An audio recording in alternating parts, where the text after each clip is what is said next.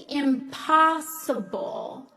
The whole thing is a joke. Ms. Hutchinson, I also want to thank you about bringing up the poverty draft and this idea of a bootstrap. You know, this idea and this metaphor of a bootstrap started off as a joke because it's a physical impossibility to lift yourself up by a bootstrap, by your shoelaces. It's physically impossible. The whole thing is a joke. My name is Rob Smith. I'm a U.S. Army veteran and a proud Black conservative. I grew up in the working class community of Akron, Ohio, and was raised by a single mother who was, yes, on government assistance for a small point in time when I was very young after my mother and father divorced. Although we didn't have much money or access to a whole lot of resources, she worked very hard to provide for her children. Like many who grew up in Akron, Ohio, I attended some of the lowest performing and underfunded schools in the neighborhood.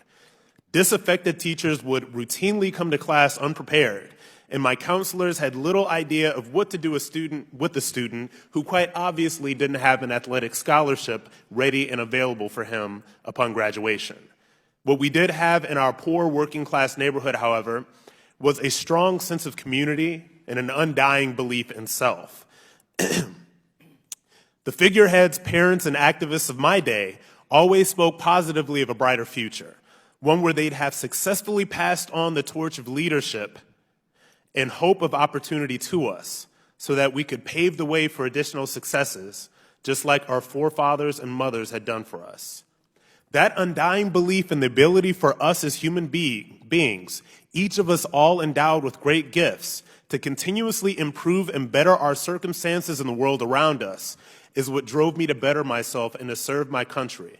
I graduated from high school near the top of my class and decided to serve my country as an infantryman in the United States Army, including a deployment to both Kuwait and Iraq.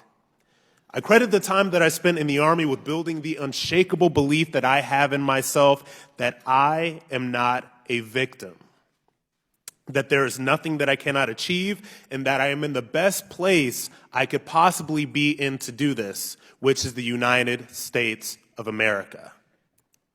I joined the military because I love my country and because it offered a working class kid like me the opportunity to see the world far beyond the confines of Akron, Ohio. It offered me the American dream. Today, I'm a political analyst who's provided commentary on several major news networks, including CNN and Fox News. I have met the last two presidents of the United States. I have met ambassadors, congressmen and women, and senators. I advocate for veterans' rights. I protested for the repeal of the Don't Ask, Don't Tell law that barred service for military members who were openly lesbian, gay, or bisexual. I am the first person in the history of my family to receive my bachelor's degree from Syracuse University and also my master's degree from Columbia University.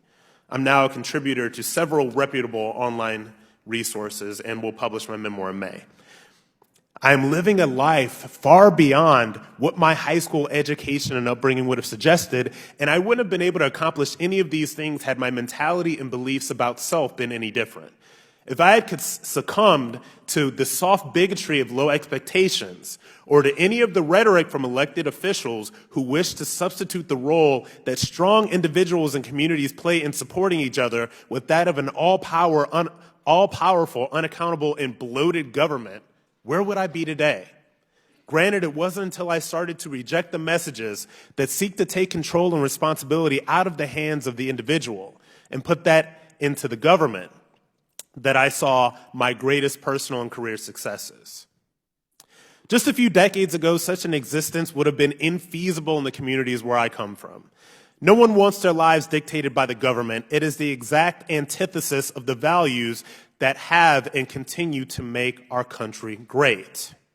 Yes, I have family members who remain on government assistance. I have seen firsthand how the government can easily take on the role of father in the household and the destruction and dysfunction that that can cause.